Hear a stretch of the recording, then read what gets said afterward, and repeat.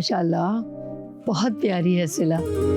हमारे भाई के साथ बहुत अच्छी जोड़ी रहेगी। शुक्रिया।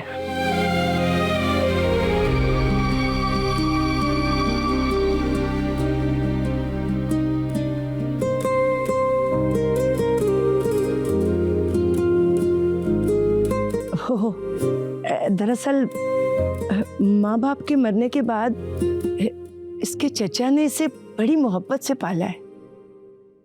आप इतने क्यों खामोश हैं भाई साहब? कुछ तो बोले। वो असल में बिल्कुल सिला को बेटियों की तरह चाहते हैं ना।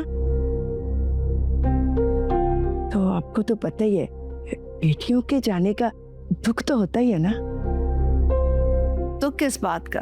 हमारा भाई बहुत अच्छा है। हम तो चाहे थे कि वो आज आए, पर थोड़ा बिजी था। अपना बिजनेस करता है ना। हमारी पहली भाभी की डेथ हो चुकी है। शाहनवाज के 3 बच्चे हैं। माशाल्लाह घर में सब कुछ है, नौकर चाकर। आपकी बेटी को कोई तकलीफ नहीं होगी।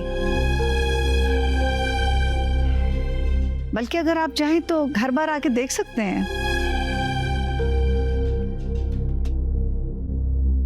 लेकिन वो दूसरी शादी और बच्चे